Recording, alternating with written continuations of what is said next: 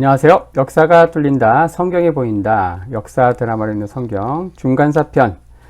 제가 지난 시간에 마카비 시대 제1기, 그래서 마카비 혁명이 발발하는 때부터 해서 3년 후 성전을 재봉헌하는 시기까지, 시기적으로는 주전 167년에서 164년까지 3년의 시간 살펴봤고요. 바로 이거를 이제 기념하는 절기가 바로 하누카라고 하는 절기, 수전절. 요한복음 10장에 예수님께서 수전절에 솔로몬 행각을 거니시는 이야기로 또 잠시 언급되는 절기이기도 합니다.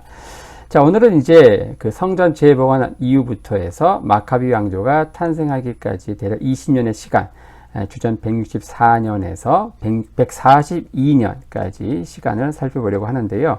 자, 많은 분들이 신구약 중간사를 공부하고 이제 멈추는 곳이 바로 여기입니다. 그러니까 성전 재봉헌하고 그 이후의 스토리를 알지 못합니다. 막 성전 재봉헌하고 곧바로 마카비 왕조가 막 탄생하고 막 그런 줄 아는데, 오늘 다루는 부분이 어떻게 보면은 신구약 중간기 역사에서 가장 좀 이렇게 안개처럼 뿌연 시기가 아닌가 싶습니다. 자, 엘르아살의 죽음, 마따띠아의 5명의 아들 가운데 제일 먼저 전사하는 사람이 바로 엘르아살입니다. 자, 당시 이 유다 마카비의 승리는 예루살렘을 포함한 주변 지역에 불과했고요. 자, 국가의 완전한 독립은 아직 유언한 상태였다.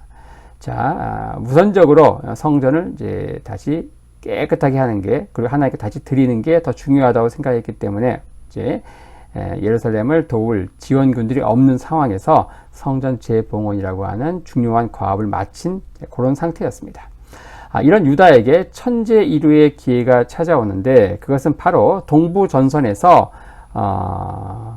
반란을 진압하고 있던 안티오쿠스 4세가 전사했다는 소식이었습니다. 와우. 자, 이렇게 하면서 셀루코스 왕국은 급속히 혼미에 빠지죠. 전투 직전에 승리가 불확실한 이 파르티아와의 결전을 앞두고 안티오쿠스 4세는 당시 7살 난 아들 안티오쿠스 5세를 휘하 장군인 필립에게 맡깁니다. 하지만 이미 전권을 위임받고 유대 반란 진압에 나서 있던 리시아스 장군은 분노하는 거죠. 자기에게 정권을 줘놓고 자기가 유대 반란 진압하고 있는 상황에서 또 다른 장군 필립에게 맡기니까 그렇죠. 이렇게 하면서 이 에송이 왕, 안티오쿠스 5세, 7살 난 이 에송이 왕을 사이에 두고 2명의 장군, 바로 필립과 리시아스 사이에 무한 경쟁이 시작이 됩니다. 자, 그런 상황에서 유다는 이제 예루살렘으로 진격해서 거기에 있는 그리스인 군사 성체인 아크라 성체를 포위합니다. 아크라 성체를 이제 포위하죠. 바로 그런 상황. 자, 아크라 성체를 포위한 유다 언급되어 있죠. 자, 그리고 나서 이제 어린 왕을 앞세운 리시아스 장군이 최정예 셀루코스 대군을 이끌고 침공합니다. 이때 전투가 벌어지는데 그게 바로 베스가라, 여기에서 전투가 벌어집니다. 여기서 엘르아살이 이제 전사하게 되는데, 그는 굉장히 용맹스럽게 싸웠는데 어떻게 하다 이제 죽게 되는가. 어린 왕이 탄 코끼리로 생각하고 6탄 공격으로 그 코끼리한테 진격한 거예요. 하지만 거기엔 왕이 타고 있지 않았고 결국 그 육중한 코끼리에 깔려서 결국 죽게 되죠. 마따띠아의 5명의 아들 가운데 나온 최초의 전사자였습니다. 자, 이 상황에서 유다는 이제 고프나 산지로 결국 피신할 수밖에 없었죠. 유다군의 철수. 그리고 리시아스와 어린 왕 안티오쿠스 5세는 예루살렘으로 다시 입성해서 예루살렘을 접수하게 되죠. 예루살렘을 사이에 두고 유다 마카비 군대와 셀루코스 군대가 이제 엎치락 뒤치락하는 이런 상황들을 이제 보고 있고요. 자, 그 이후에 이제 유다가 또 죽게 되는 이제 상황이 펼쳐지는데, 자, 이런 상황에서 이제 절망에 처한 유다에게 또 다시 기회가 찾아온다. 바로 셀루코스 4세의 아들인 이 데메트리우스가 왕권을 주장하면서 내전이 발생한 거예요. 소위 말해서 이제 안티오쿠스 3세, 대왕이라는 칭호를 갖고 있는 안티오쿠스 3세, 로마와 맞짱을 떴다가 결국 박살난 그 마그네스 전투 말씀드렸죠. 그리고 뒤를 이어서 안티오쿠스 4세가 왕이 됐는데, 그 어린 7살짜리 아들 안티오쿠스 5세가 왕이 되었지만 어때요?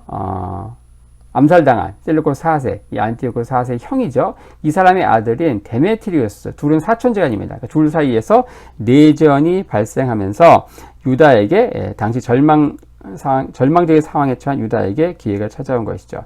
이 둘의 내전에서 누가 이기는가? 바로 이 데메트리우스가 승리를 합니다. 데메트리우스.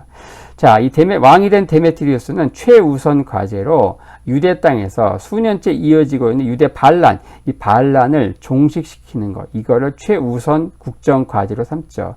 그래서 이걸 위해서 왜 반란이 일어나는가 가만히 생각해 보니까 자기의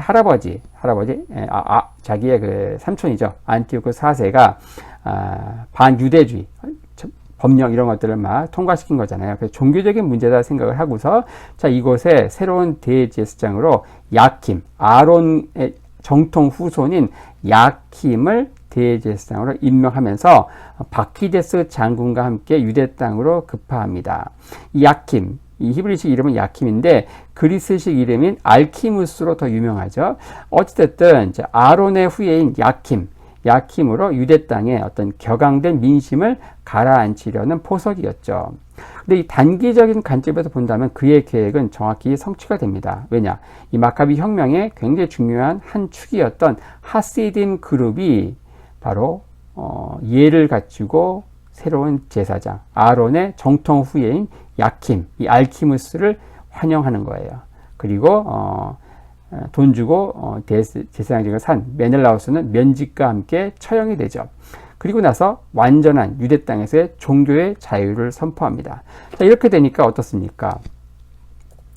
완전히 어떤 종교적인 성격이 강한 하시딤은 종교의 자유가 선포되니까 이제 혁명 대열에서 빠지는 거죠. 최종 목표가 달성이 됐으니까. 하지만 정치적 성격이 강한 마카비 일가는 어떻습니까? 목표가 달라요.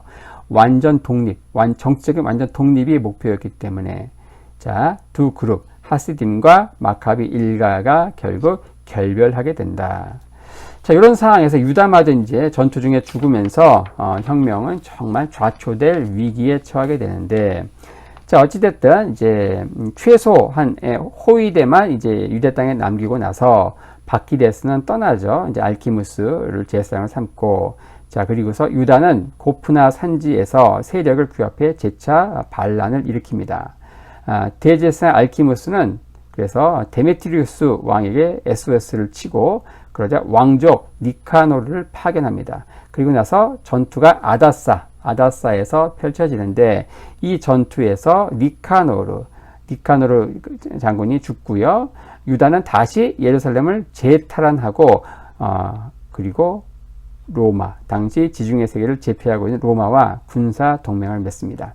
결국 무력 투쟁과 외교전, 투트랙 전법으로 같이 병행하겠다는 것이죠.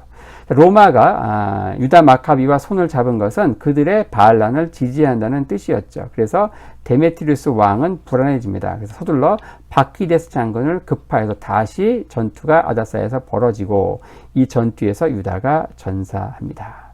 그리고 예루살렘은 다시 셀루코스 수중에 떨어지죠. 알키무스는 이제 그리스 인사들을 요직에 임명하고 성전에서 이방인의 출입을 금하는 담을 허물어요. 이방인들도 막 그냥 성전에 들어올 수 있게 만든 거예요. 그러니까 그를 의지했던 이 하시딤 그룹, 이 경건주의자들은 깊은 배신감과 절망에 빠지게 됩니다. 자, 그리고 이제 요나단 유다까지 죽었고요. 이제 남은 사람은 어떻습니까? 이제 괴멸 직전의 극한 상황에 몰린 마카비 일당. 이들은 이제 사해 근처 습지대로 피신 도중에 또 요한이 또 살해됩니다. 남은 사람은 요나단과 시몬밖에 없는 거예요. 둘. 요나단과 시몬은 드고아 광야에서 후위를 모색하고 지도권은 일단 요나단에게 주어집니다. 일단 게릴라전으로 예루살렘을 제외한 주요 요새들을 하나씩 접수하고요. 그러다가 8년 후에 안티오쿠스 4세의 숨겨진 아들로 자처한 알렉산더 발라스라는 사람이 데메트리우스에 맞서서 반란을 일으킵니다. 이런 상황에서 이제 요나단은 셀루코스의 왕권 경쟁에서 캐스팅 보드를 쥔 귀하신 몸으로 부상하게 되죠. 자, 데메트리우스는 요나단을 포섭하기 위해서 유다군 총사령관을 제안을 하고 알렉산더 발라스는 대제사장직으로 유혹을 합니다. 이때 요나단은 다르기 훨씬 쉬운 알렉산더 발라스를 선택을 하게 되고 결국 양자 대결에서 알렉산더 발라스가 승리하게 됩니다. 근데 이 알렉산더 발라스는 술을 즐기고 여색을 탐하는 인물이었는데 5년의 짧은 통치 이후에 결국 데메트리우스의 아들인 데메트리우스 2세에게 암살되죠. 이런 상황에서 요나단은 외교수를 이용해서 영토를 야곱야곱 확장하게 되는데 그래서 그에게는 교활한 자 여우, 우리 옛날에 프로야구 선수 김재박을 여우라고 했잖아요. 바로 교활한 자라는 애칭이 붙게 됩니다. 근데 이런 요나단도 나중에 트리포 장군의 술수에 넘어가서 암살당하게 되고요. 또 트리포는 자신이 옹립한 안티오코스 4세마저 죽이고 왕이 되지만 또 데미트리우스 2세와 결전해서 전사하고 또의 혼미 상태에 빠집니다. 이렇게 셀루코스 왕조가 완전히 자중질환에 빠져있는 상황에서 결국 마카비 일가에서는 다 죽고 마지막에 남은 사람이 누구였는가? 바로 시몬이었죠. 그래서 그 시몬이 결국 마카비 왕조의 초대 왕으로 등극하면서 마지막 여왕인 이제 알렉산더 여왕까지 이어지는 대략 한 80년간 이어지는 마카비 왕조 그 부분에 대해서는 다음 영상에서 한번 또 자세히 살펴보도록 하겠습니다.